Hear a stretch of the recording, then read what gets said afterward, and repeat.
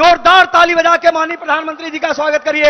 स्वागत है भाई, स्वागत है, स्वागत है भाई, स्वागत है, स्वागत है भाई, स्वागत है, स्वागत है भाई, स्वागत है, स्वागत है भाई, स्वागत है, स्वागत है भाई, स्वागत है। भारत माता की, नरेंद्र मोदी जिंदाबाद। अनिल भैया, नरेंद्र मोदी जिंदाबाद। स्वागत है भाई, स्वागत है, स्वागत है भाई, स्वागत है।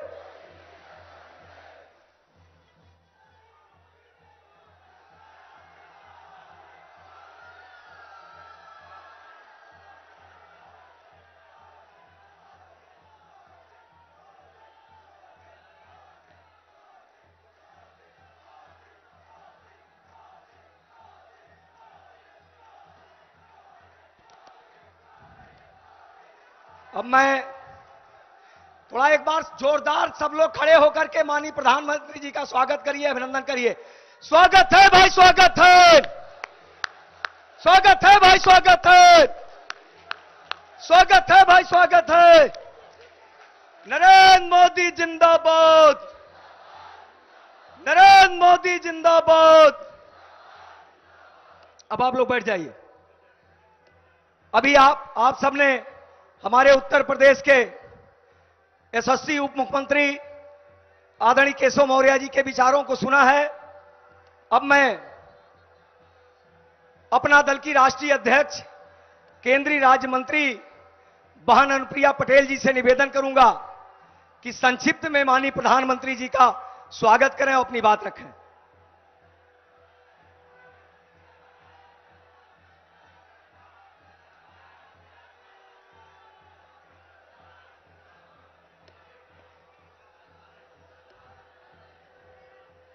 सम्मानित साथियों, मैं चंद पंक्तियों के साथ माननीय प्रधानमंत्री जी का आज इस मंच पर स्वागत करना चाहती हूं। राष्ट्र निर्माण के जिसने सजाए सभी रंग, देशभक्ति में जो हुए कभी विनम्र कभी दबंग, दास्तान है ये ऐतिहासिक नजीर की, भारत के एक दृढ़ निश्चयी वजीर की।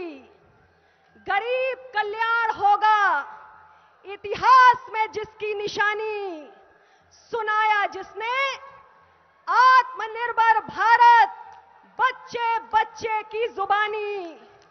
करोड़ों करोड़ के टीकाकरण की वो कहानी, सुना है हो गई दुनिया जिसकी दीवानी। मां भारती के उस लाल का हुआ है आगमन और कहता है रोम रोम सुस्वागतम शुभागमन। विराट एवं करिश्माई व्यक्तित्व के धनी, जिनकी असीम ऊर्जा एवं अथक परिश्रम की क्षमता हम जैसे नौजवानों को भी चकित कर देती है, शर्मिंदा कर देती है, और जिनका इनोवेशन और क्रिएटिविटी के प्रति लगाव आज देश के विकास को एक नई दिशा देने का काम कर रहा है। ऐसे हमारे माननीय प्रधानमंत्री जी का मैं आज बस्ती की धरती पर बहुत बहुत अभिनंदन, स्वागत, वंदन करती हूं। माननीय प्रधानमंत्री जी के लिए आज ये इतना बड़ा जनसमूह अपने पलक पावड़े बिछाकर उनकी प्रतीक्षा कर रहा है। मंच पर उपस्थित हमारे माननीय उप मुख्यमंत्री महोदय श्री केशव प्रसाद मौर्य जी, माननीय उप मुख्यमंत्री श्री दिनेश शर्मा जी, हमारे माननीय सांसदगण भाई हरीश द्विवेदी जी, श्री प्रवीण निषाद जी, और मंच पर उपस्थित हमारे सभी माननीय विधायकगण, जिला पंचायत अध्यक्ष और भारतीय जनता पार्टी अपना दल के सभी सम्माननीय कार्यकर्ता और पदाधिकारी साथियों, मैं आपसे बहुत ही विनम्रता से इस पूरे जनसमूह को प्रणाम करते हुए इतना ही कहना चाहती हूं कि उत्तर प्रदेश में आज 5वें चरण का चुनाव संपन्न होने जा रहा है और साथियों, इन 5 चरणों के चुनाव में उत्तर प्रदेश के मतदाताओं ने एनडीए गठबंधन के पक्ष में इतना बटन दबाया है कि 10 मार्च को जब नतीजे आएंगे तो एनडीए गठबंधन हीरो बनकर निकलेगा और समाजवादी पार्टी का गठबंधन बड़ा वाला जीरो बनकर हमारे सामने आएगा। उत्तर प्रदेश के करोड़ों करोड़ मतदाताओं ने भारतीय जनता पार्टी, अपना दल और निषाद पार्टी के विकास, सामाजिक न्याय, सुशासन के प्रति समर्पित गठजोड़ को अपने मन में बसा लिया है। पिछले 3 चुनाव से हमारे इस एनडीए गठबंधन के पक्ष में उत्तर प्रदेश के करोड़ों करोड़ मतदाता अपने भरोसे का, विश्वास का बटन दबाने का काम कर रहे हैं और इस बार भी मतदाताओं का मूड भयंकर है और साइकिल का टायर पंक्चर है। मैं ज्यादा कुछ न कहते हुए, क्योंकि माननीय प्रधानमंत्री जी हमारे बीच में आ चुके हैं, इसलिए सभी एनडीए गठबंधन के प्रत्याशियों के पक्ष में आप सभी से निवेदन करते हुए कि आप सब इनके पक्ष में इनके चुनाव निशान कमल के फूल के सामने का बटन दबाकर इनको भारी अंतर से विजयी बनाएं। और अपना दल वालों से मैं खास तौर से कहना चाहती हूं कि अगर हमारे भाजपा वाले और निषाद वाले बोरा भर भर कर वोट दे रहे हैं तो अपना दल वालों की यह जिम्मेदारी है कि आप छप्पर फाड़ कर वोट देने का काम करेंगे। इन्हीं शब्दों के साथ हमारे लिए हमारे प्रेरणादायी व्यक्तित्व माननीय प्रधानमंत्री जी को मैं आमंत्रित करती हूं कि आप आए और हम शब्दों को अपने विचारों की वर्षा से सराबोर करें। बहुत बहुत धन्यवाद। अब मैं उत्तर प्रदेश के डिप्टी सीएम, गरीबों, किसानों, पिछड़ों के नेता, हम सब के नेता आदरणीय केशव प्रसाद मौर्य जी से निवेदन करूंगा कि माननीय प्रधानमंत्री जी का स्वागत करें और माननीय प्रधानमंत्री जी को अपने उद्बोधन के लिए आमंत्रित करें। मैं अपनी ओर से, आप सब बस्ती वासियों की ओर से, संपूर्ण उत्तर प्रदेश वासियों की ओर से, यद्यपि माननीय प्रधानमंत्री जी भी हमारे उत्तर प्रदेश के ही हैं, सांसद हैं काशी के, लेकिन सबकी ओर से हार्दिक स्वागत और अभिनंदन करता हूं। तालियों की गड़गड़ाहट के साथ आप सब स्वागत करेंगे। मैं यह भी जानता हूं जब माननीय प्रधानमंत्री जी का आगमन हो जाए तो मैं भी और आप भी सब लोग उनको सुनना चाहते हैं, लेकिन माननीय प्रधानमंत्री जी ने ही आज्ञा, अनुमति दी है कि नहीं केशव जाके तुम भी बोलो। तो मैं आप सबके बीच में कुछ कहने के लिए आया हूं। मंच पर हमारे बड़े भाई आदरणीय दिनेश शर्मा जी, बहन अनुप्रिया पटेल जी, हमारे निषाद पार्टी के नहीं, हमारे यहां संत कबीर नगर के सांसद श्री प्रवीण निषाद जी, हरीश जी जो संचालन कर रहे हैं, हमारे सभी माननीय प्रत्याशीगण और सभी मंचस्थ नेतागण, मैं इतना ही आप सब लोगों के सामने कहने के लिए आया हूं। श्री अखिलेश यादव जी बहुत बड़ी बड़ी हांका करते, गांव की भाषा हम जानते ना, हांकना, मतलब जो कभी कर नहीं पाए वह बताने की कोशिश करते हैं। आपको केवल याद दिला रहा हूं, 2014 में मुख्यमंत्री कौन था, याद है कि नहीं याद है? कौन था? जोर से बताइए कौन था? श्री अखिलेश यादव जी के मुख्यमंत्री रहते हुए लोकसभा का उत्तर प्रदेश के अंदर जो चुनाव का परिणाम था उसमें भाजपा और अपना दल गठबंधन को 73 सांसद जिता करके आप सब ने अपना आशीर्वाद देकर के भेजने का काम किया था। कितना? 73, 80 में से 73, 2 कांग्रेस वाले, 5 उनके परिवार वाले। अब उसके बाद 2017 का विधानसभा चुनाव हुआ, उस समय मुख्यमंत्री कौन था? श्री अखिलेश यादव जी थे।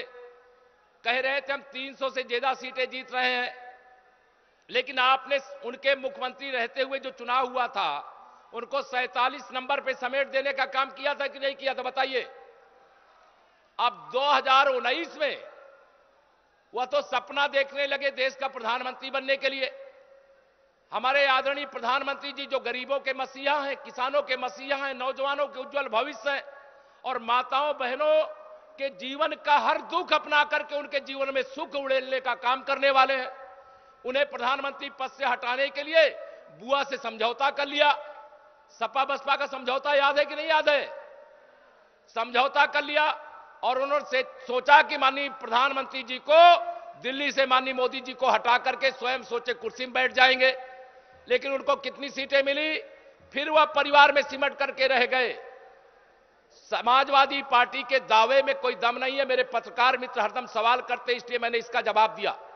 मैं आप सबको बताना चाहता हूं, अखिलेश यादव जी, आपकी विदाई की बेला है। 10 मार्च को समाजवादी पार्टी का नाम या उत्तर प्रदेश की जनता बदल करके समाप्तवादी पार्टी करने वाली है। श्री अखिलेश जी लंबी लंबी बातें करते, बड़ी बड़ी बातें करते। आप बताइए यहां पर बैठे हुए मेरे सभी नौजवानों, जब समाजवादी पार्टी के मुख्यमंत्री श्री अखिलेश यादव जी थे, जितनी भर्तियां होती थी, कोई भी नौकरी किसी प्रतिभाशाली बच्चे को बिना रिश्वत दिए मिलती थी क्या? बताइए, जोर से बताइए, मिलती थी क्या? और भारतीय जनता पार्टी के आदरणीय योगी आदित्यनाथ जी के नेतृत्व में जो हमारी सरकार है, इसमें किसी को बिना 1 रुपया भी कहीं रिश्वत देनी पड़ी है क्या नौकरी के लिए? जोर से बताइए, देनी पड़ी है क्या? ये कहते हैं रोजगार देंगे। रोजगार नहीं, लोगों को हाथ में गुंडागर्दी करने का लाइसेंस देंगे। कोई दंगा करेगा, कोई जमीनों पर कब्जा करेगा, और जब सपा की सरकार होती है तो सपाइयों का नारा खाली प्लाट हमारा रहता था कि नहीं रहता था? जिस गाड़ी में सपा का झंडा, उस गाड़ी में बैठा गुंडा। या क्या 2012 से 2017 का इतिहास आप भूल गए हैं क्या? मेरी माताएं बहनें आप सब बैठी हैं, जो व्यक्ति अगर झोपड़ी में नहीं रहेगा, कच्चे मकान में नहीं रहेगा, उसको कभी गरीब के दर्द का एहसास होगा क्या? होगा क्या मेरी माताओं बहनों? माननीय प्रधानमंत्री जी ने गरीबी में जीवन जिया। जब देश के प्रधानमंत्री बने, आप में से अनेक गरीब परिवार के लोग होंगे, कभी किसी ने सोचा था कि गरीब के घर के सामने भी शौचालय बन सकता है? सोचा था क्या मेरी माताओं बहनों?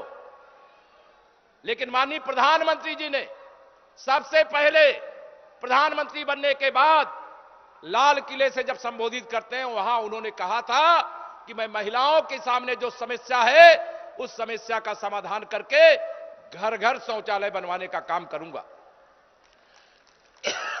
उन शौचालयों के कारण से आप बताइए, आप सबका मान सम्मान, मैं भी उस गरीब परिवार से, माननीय प्रधानमंत्री जी भी उस गरीब परिवार से, सब लोग आते हैं। खेतों में जाना, मेड़ों में जाना, बरसात हो जाए तो किस प्रकार की कठिनाइयां माताओं बहनों को होती थी, शायद मैं उसको बताऊंगा, समय लगेगा। बरसात का महीना, कच्चा मकान, और कच्चे मकान में रात में अगर मकान चूने लगे, पानी छत से चूने लगे, बहुत सारे ऐसे परिवार हैं, मेरी अनेक माताएं बहनें होंगी, कच्चा मकान और छाता भी नहीं घर में होता था। बताइए, होता था पहले? जोर से बताइए माननीय प्रधानमंत्री, छाता भी नहीं होता था। कोई खाद आदि की बोरी सर पे डाल करके मेरी माताजी तो सर छत पे जाती थी, रात में भी खाद की बोरी को अपने सर पे डाल करके। और मैं जिस प्रकार से जानता हूं, गरीबी के कारण हमने भी जिया है, इसलिए से तमाम लोग जो गरीबी में जीवन जिए हैं, उनको मालूम होगा कि जब पानी टपकने लगता है तो उसे बंद करने के लिए कैसे रात के समय जाना पड़ता है, फिर दोबारा टपकने लगता, फिर कैसे जाना पड़ता है। लकड़ी की सीढ़ी, पानी की बरसात, पैर फिसल जाए, हाथ टूटे कि पैर टूटे, कोई गारंटी नहीं रहती। सही बात कह रहा हूं कि नहीं माताओं बहनों? और माननीय प्रधानमंत्री जी ने उसके बदले एक योजना बनाई, प्रधानमंत्री आवास योजना। बनाई है कि नहीं बनाई? जानती है कि नहीं जानती आप लोग? अब बहुत सारे लोगों को पक्का घर मिल रहा है। जब पक्का घर भी कुछ लोग बाकी होंगे, माननीय प्रधानमंत्री जी ने आपकी बजट में 80 लाख और मकान बनाने का प्रस्ताव दिया है। जिनका नहीं बना उनका भी बनेगा। गरीबों की इतनी चिंता करने वाले देश के प्रधानमंत्री, शायद मैं समझता हूं जितना समय गरीबों के लिए, किसानों के लिए, मजदूरों के लिए सोचते हैं, इतना शायद ही कोई सोचता हो। मैं माननीय प्रधानमंत्री जी के सामने कभी इतना बोलता नहीं, लेकिन माननीय प्रधानमंत्री जी के सामने यह कहना चाहता हूं, यहां अनेक परिवार बैठे हैं, कभी सपने में भी नहीं सोचे होंगे उनके घर में रसोई गैस का सिलेंडर पहुंच सकता है। कभी सोचा था मेरी माताओं बहनों? हाथ उठा के बताइए माननीय प्रधानमंत्री जी, कभी सोचा था गैस का सिलेंडर आपके घर फ्री में पहुंचाने का काम माननीय प्रधानमंत्री जी ने किया। गांव में पड़ोस में बिजली जलती थी, आप और आपका परिवार और आपका बच्चा अंधेरे में रहता था। कभी सोचा था क्या कि सौभाग्य योजना में बिना पैसा दिए आपके घर में बिजली लग जाएगी? कभी सोचा था क्या आप लोगों ने? लेकिन आज की तिथि में कोई गरीब परिवार ऐसा है क्या जिसके घर में बिजली न पहुंची हो?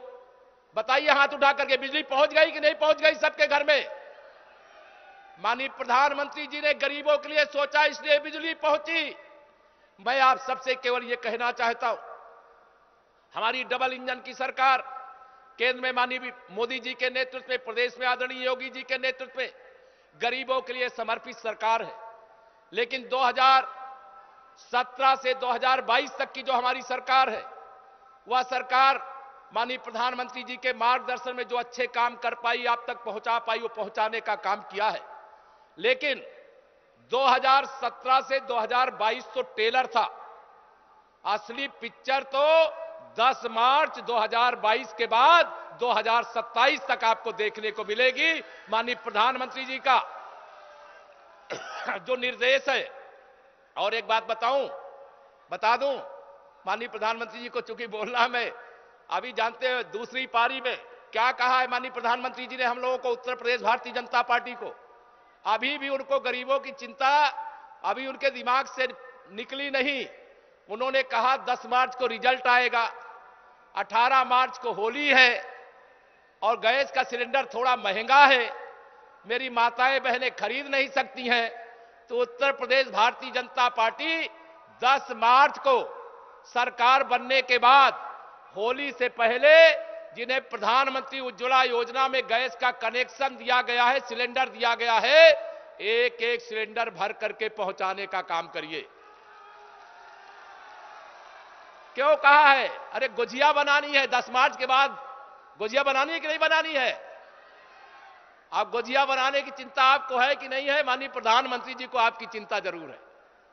इतना ध्यान देने वाले, इतना गरीबों का, और सारी बातें मैं अगर कहूं यहां पर बैठे हुए, कभी किसी ने सोचा था क्या कोई सरकार ने 2 साल से कोरोना के संकट का सामना देश प्रदेश कर रहा है, फ्री में 2 साल से राशन मिल रहा है।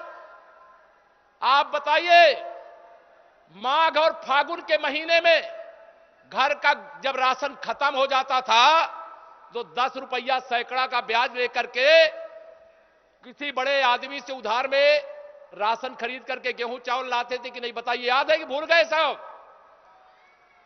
लेकिन 2 साल से फ्री में इतना राशन मिल रहा है कि मेरे गरीब माताओं बहनों के घरों में भी जो बखारी होती है माननीय प्रधानमंत्री जी, वो भर गई है। भर गई है कि नहीं भर गई है? बताइए, दोनों हाथ उठा करके माननीय प्रधानमंत्री जी को, केवल माताएं बहन सब लोग बताइए। 15 करोड़ लोगों को फ्री में राशन प्रधानमंत्री गरीब कल्याण अन्न योजना के माध्यम से आपको मिल रहा है, और साथ में दाल भी मिल रहा है, तेल भी मिल रहा है, चना भी मिल रहा है, नमक भी मिल रहा है। मिल रहा है कि नहीं मिल रहा है? बताइए। यह सब सुविधा अगर आपने कमल का फूल नहीं खिलाया होता, भारतीय जनता पार्टी अपना दल निषाद पार्टी गठबंधन को आपने समर्थन नहीं दिया होता, तो यह जो सुख के दिन दुखी घरों में भी आए हैं, वह किसी भी कीमत पर शायद हमें देखने को नहीं मिलता। जिन्होंने झोपड़ी में जीवन नहीं बिताया है, वह झोपड़ी में रहने वालों का दर्द नहीं समझ सकते। जिन्होंने कच्चे मकान में रहने का कभी समय नहीं देखा है, वह कच्चे मकान में रहने वालों की पीड़ा नहीं समझ सकते। वह हमारा मजाक उड़ा सकते हैं, हमारा आपका अपमान कर सकते हैं, हमारे माननीय प्रधानमंत्री जी के बारे में ऐसे शब्दों का प्रयोग कर देते हैं कि शायद देश का कोई व्यक्ति समाजवादी पार्टी की अराजकता का जवाब उनकी भाषा में नहीं देना चाहता। लेकिन एक ताकत आपके हाथ में है, वह ताकत है वोट की। आने वाली 3 तारीख को, कौन तारीख को वोट है? 3 को है ना? दोनों हाथ उठा के बताइए, 3 तारीख को है ना? 3 तारीख को मतदान है। और 3 तारीख के लिए मैं बस इतनी ही आप सबसे अपील करता हूं, प्रार्थना करता हूं, आप केवल इस बात के लिए तय कर लीजिए, जो गरीबों के जीवन में संकट बन करके आए थे, उस संकट का अंत होना चाहिए कि नहीं होना चाहिए? जिन्होंने किसानों का तमाम सारा सुख छीन लिया था, जिन लोगों के कारण मेरे किसान रात रात भर खेत में सिंचाई के लिए, बिजली के लिए बैठे रहते थे कि नहीं, क्या बिजली आएगी, हम खेत को सींचेंगे, याद है कि भूल गए? लेकिन रात रात भर आप जागते रहते थे, बिजली नहीं आती थी। लेकिन अब बिजली आती है कि नहीं आती है? किसान को रात भर जागना पड़ता है कि दिन में ही सिंचाई कर लेते हो, बताइए?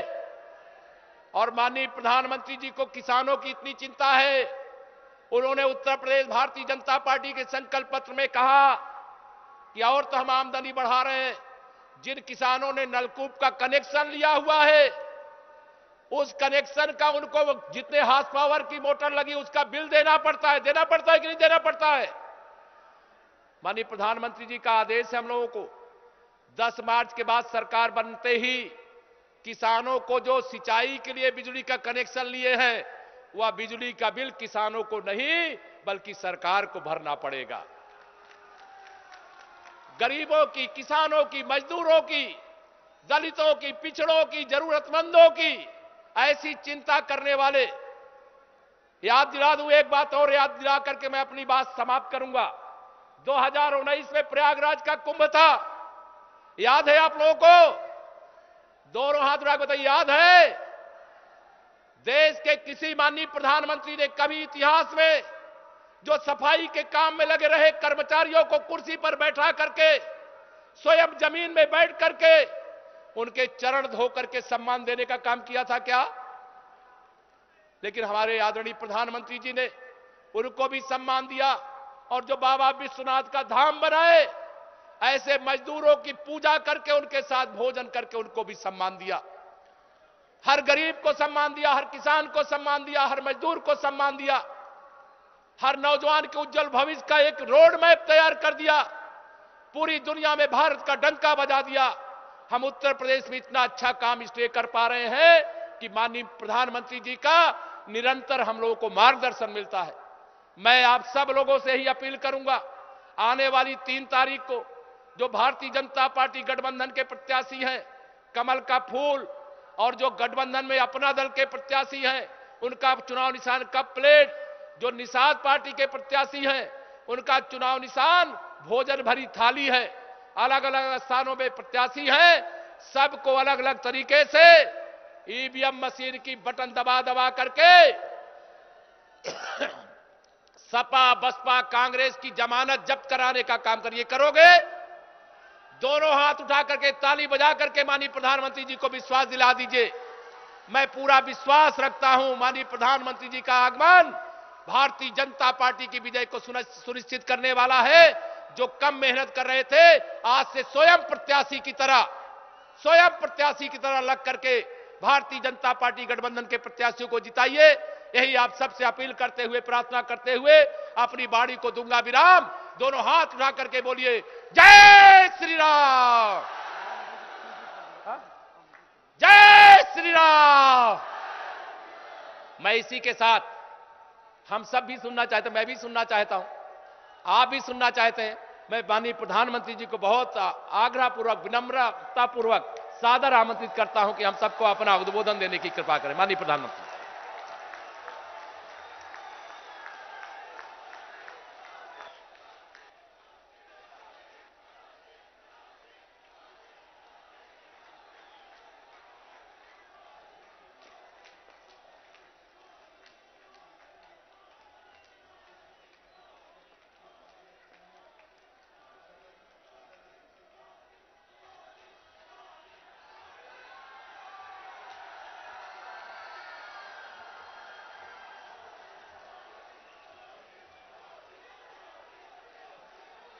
नमस्कार।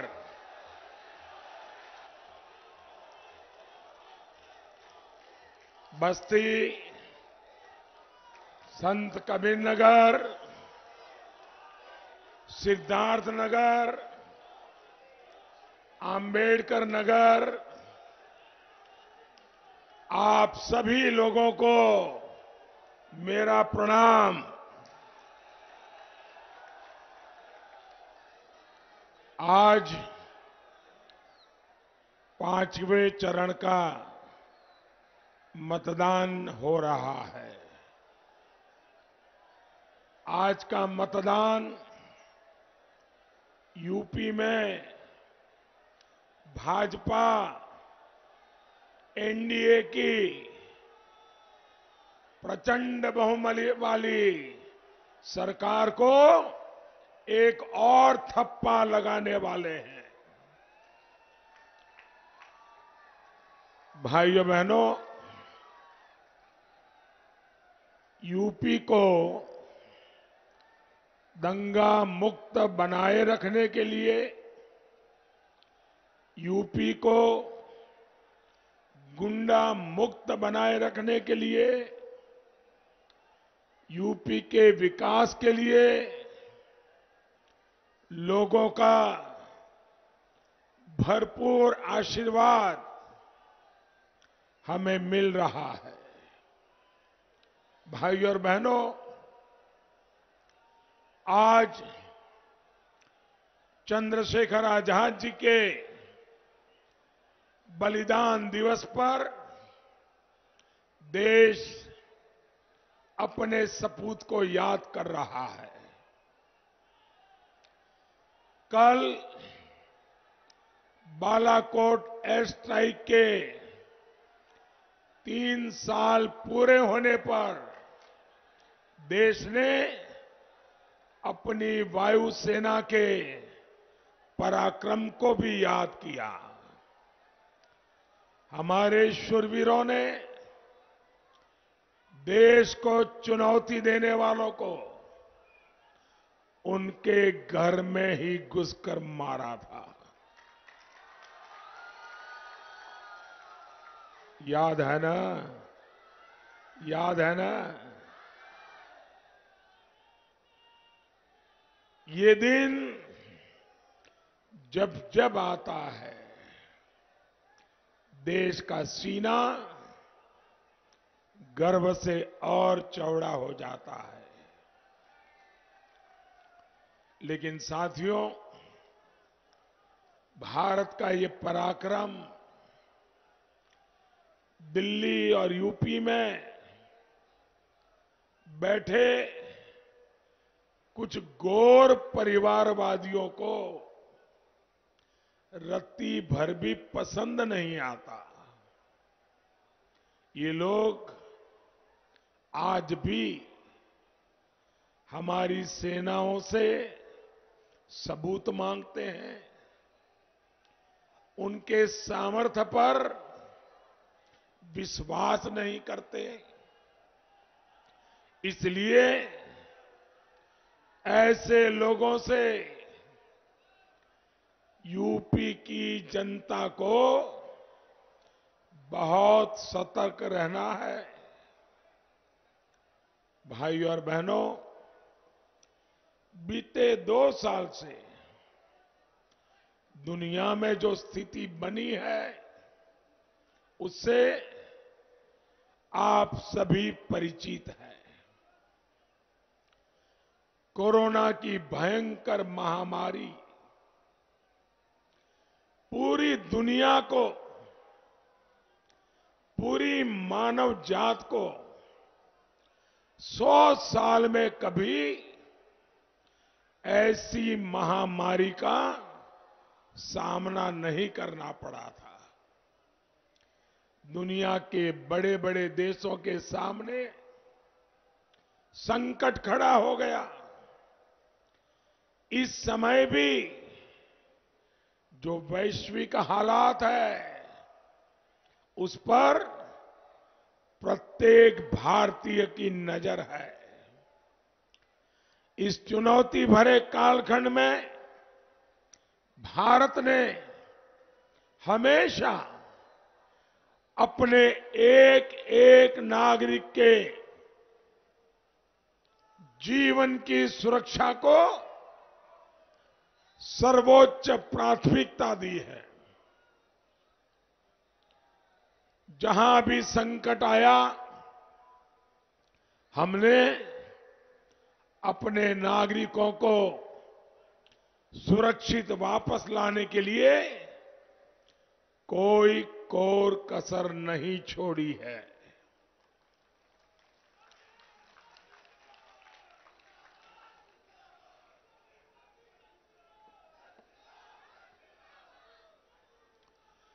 ऑपरेशन गंगा चलाकर हम यूक्रेन से भी हजारों भारतीयों को वापस ला रहे हैं।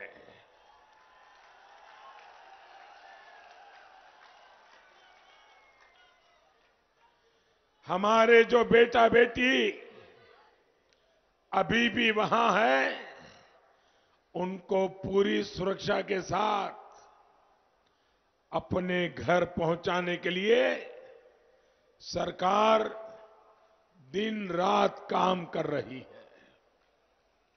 साथियों,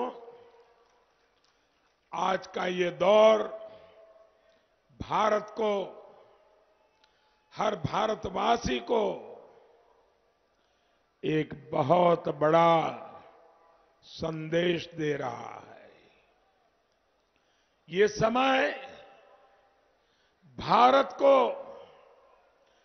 ज्यादा से ज्यादा ताकतवर, भारत को आत्मनिर्भर बनाने का है। ये समय जात पात से ऊपर उठकर, छोटी छोटी बातों से ऊपर उठकर राष्ट्र के साथ खड़े होने का समय है।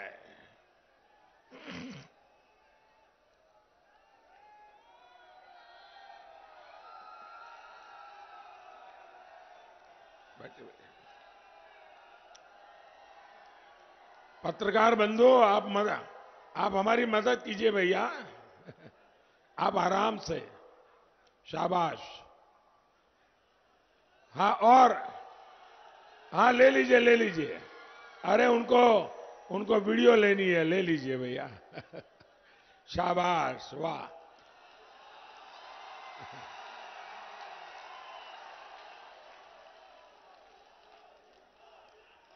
आपका काम हो जाने के बाद अगर मुझे इजाजत देंगे तो मैं अपनी बात शुरू करूंगा। तो आप थोड़ा नीचे उतर जाइए कृपा करके, ताकि पीछे किसी को तकलीफ ना हो। बहुत अच्छे दोस्तों मेरे, थैंक यू भैया, थैंक यू। नहीं, कुछ पत्रकार बहुत अच्छे होते हैं, बहुत मदद करते हैं जी। साथियों, हमें हर साल लगातार,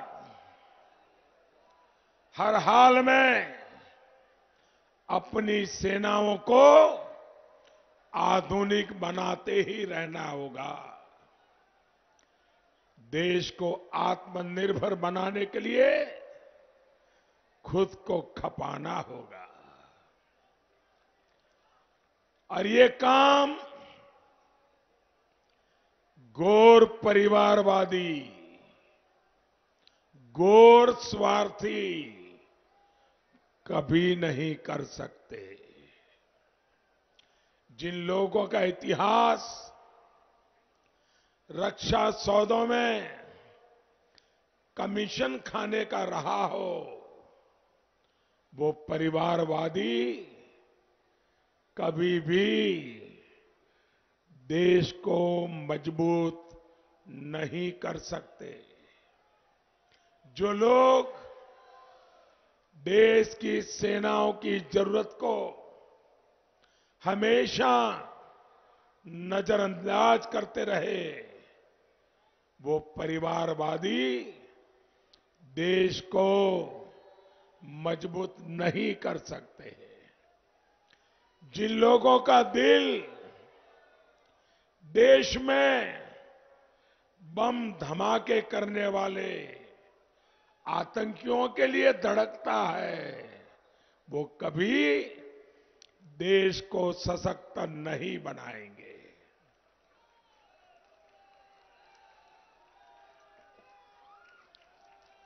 भाई और बहनों, देश तभी ताकतवर होगा जब देश के राज्य ताकतवर होंगे, जब हमारा उत्तर प्रदेश ताकतवर होगा। लेकिन गौर परिवारवादियों का तो एक ही फॉर्मूला है, पैसा परिवार की तिजोरी में, कानून जेब में और जनता उनके पैरों पर। ये उत्तर प्रदेश को, देश को ताकतवर नहीं होने देंगे। ये तो समाज के कमजोर वर्गों पर गुंडाई करने वालों, माफियाओं को ताकत देते हैं।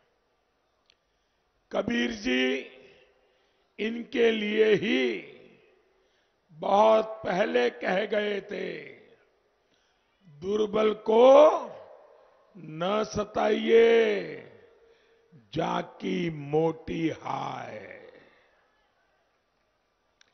गरीब की इसी हाय ने 2014 में इनको झटक दिया, 2017 में पटक दिया, 2019 में साफ कर दिया और अब 2022 में तो अब इनको अपनी ही सीट बचाने के लाले पड़ गए, लाले।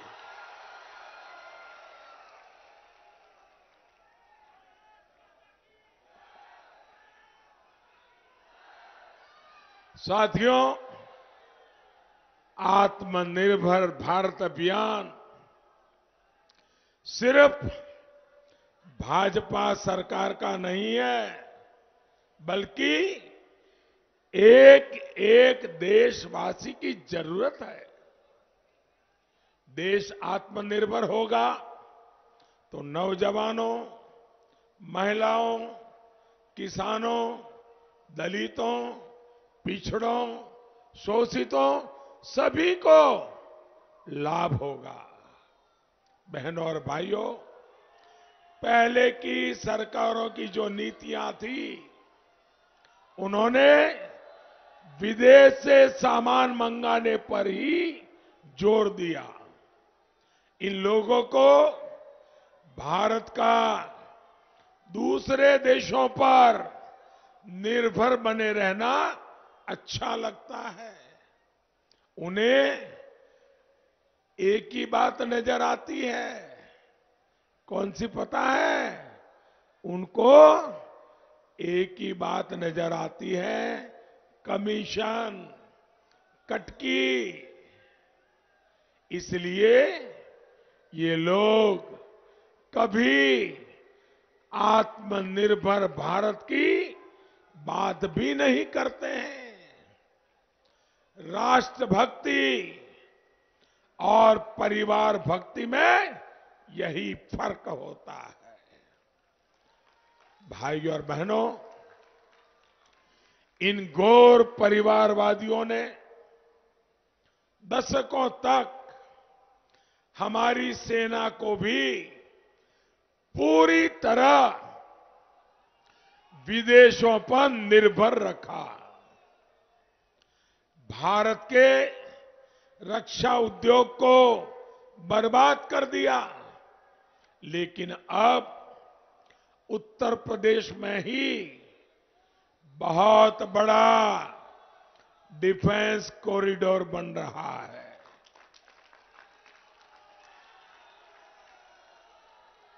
हमारे पास तेल के कुएं नहीं है, हम बहुत सारा कच्चा तेल बाहर से मंगाते हैं, लाखों करोड़ रुपए उस पर खर्च करते हैं। इन लोगों ने कभी ध्यान ही नहीं दिया कि गन्ने की मदद से, गन्ने से ज्यादा इथेनॉल भी बनाया जा सकता है, उसे पेट्रोल में मिक्स किया जा सकता है। पहले लोग गन्ने से सिर्फ चीनी बनवाते रहे और नीतियां ऐसी बनाई कि चीनी मिले और गन्ना किसानों दोनों को सरकार की दया पर जीने के लिए मजबूर कर दिया।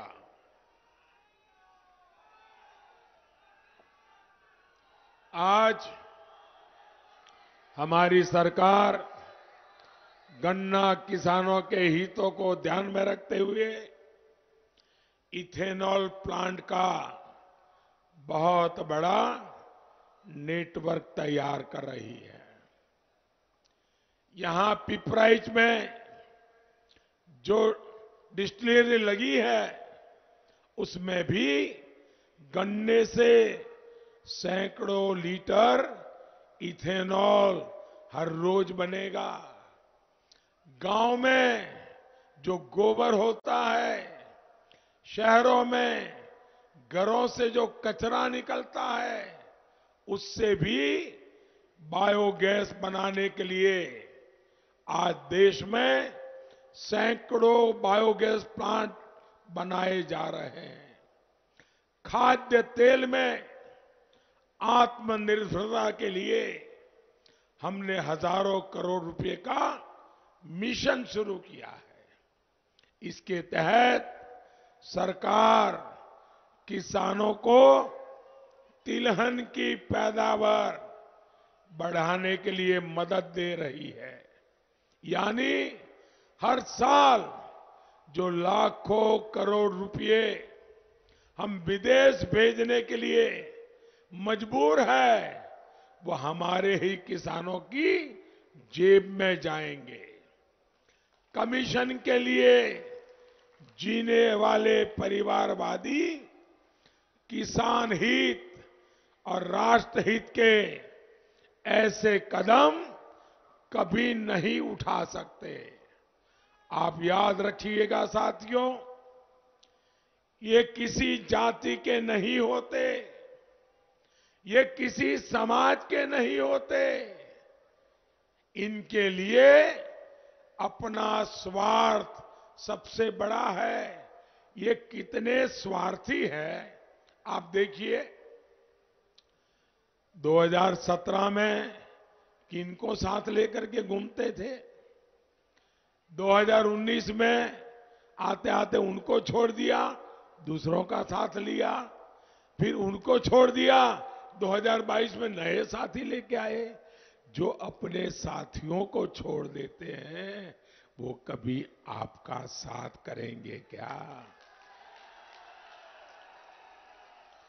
साथियों, ये गौर परिवारवादी जब सरकार में थे तो इन लोगों ने कैसे यूपी को लूटा है, इसका एक और उदाहरण मैं आपको देना चाहता हूं।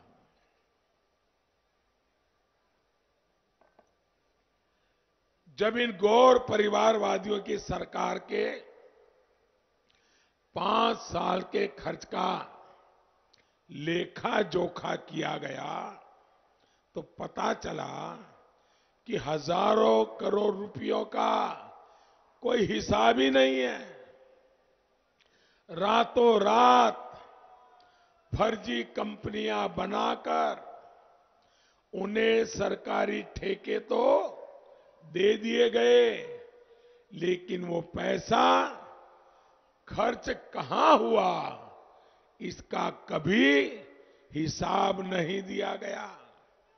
हजारों करोड़ रुपए से इस क्षेत्र में कितने स्कूल बन सकते थे, गरीबों के कितने घर बन सकते थे, लेकिन ये गौर परिवारवादी सारे पैसे खाकर बैठ गए। साथियों, बस्ती समेत ये पूरा क्षेत्र जो कभी अपनी फैक्ट्रियां, मिलों के लिए जाना जाता था, उन पर ताले किसने लगाए भाई बहन? किसने ताले लगाए? ये बेरोजगार किसने किया?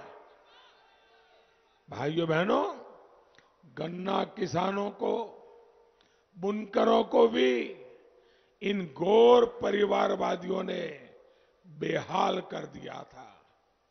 योगी जी की सरकार ने मुंडेरवा पिपराइच चीनी मिल का तोहफा गन्ना किसानों को दिया है। एक जनपद एक उत्पाद जैसी योजनाओं के माध्यम से यहां के बुनकरों, यहां के कारीगरों को भाजपा सरकार नया विश्वास दे रही है। इस साल के बजट में केंद्र सरकार ने एक स्टेशन एक उत्पाद की घोषणा की है।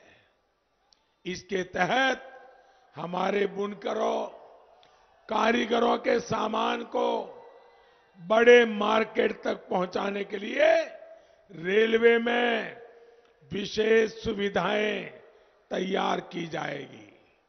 भाइयों और बहनों, हमारी सरकार सबका साथ, सबका विकास के मंत्र पर चलते हुए हर गरीब को सशक्त कर रही है।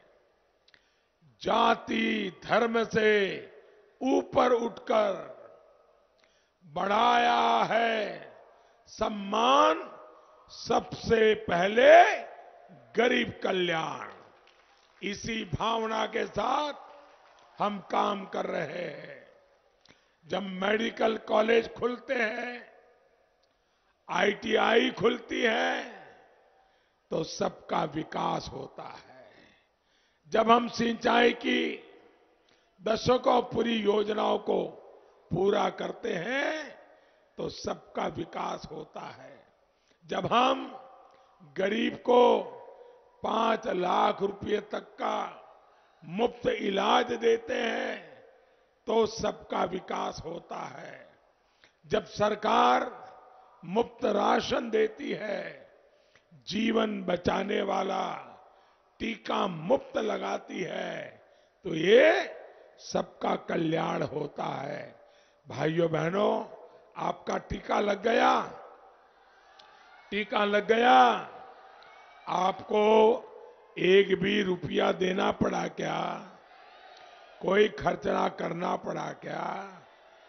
ये बिना भेदभाव को हुआ कि नहीं हुआ? बिना पक्षपात को हुआ कि नहीं हुआ? भाइयों बहनों, मेरे लिए इस देश का हर नागरिक मेरा अपना परिवार है।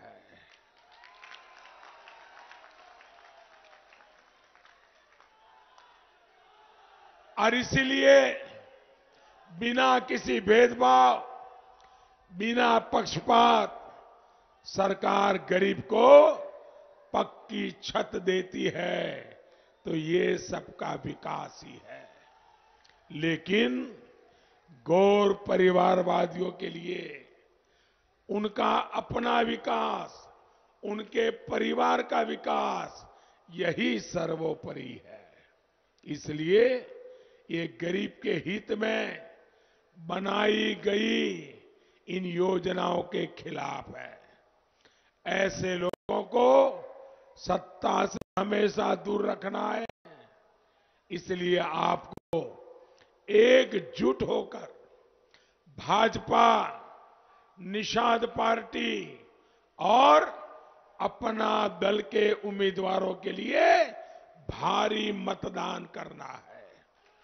आपका हर एक वोट उत्तर प्रदेश को मजबूत बनाएगा।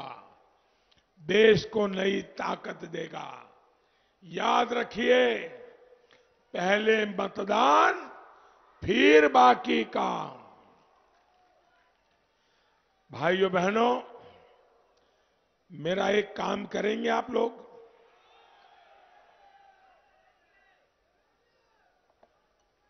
ऐसे नहीं, जोरे से बताइए। माताएं बहनें मेरा काम करेगी, नौजवान मेरा काम करेंगे, सारे किसान भाई मेरा काम करेंगे, पक्का करेंगे। तो देखिए, 3 तारीख के पहले हरेक के घर जाइए और उनको कहिए मोदी जी ने आपको प्रणाम भेजा है। ये काम करेंगे। हरेक के घर में मेरा प्रणाम पहुंचना चाहिए, मेरा नमस्ते पहुंचना चाहिए। पहुंचेगा ना? आप घर घर जाकर एनडीए को जिताने के लिए समझाएंगे, भाजपा को जिताने के लिए समझाएंगे, निषाद पार्टी को जिताने के लिए समझाएंगे, अपना दल को जिताने के लिए समझाएंगे। भाइयों बहनों, भारी मतदान करवाइए, सबको एनडीए के साथियों को जिताइए। मेरे साथ बोलिए, भारत माता की, भारत माता की।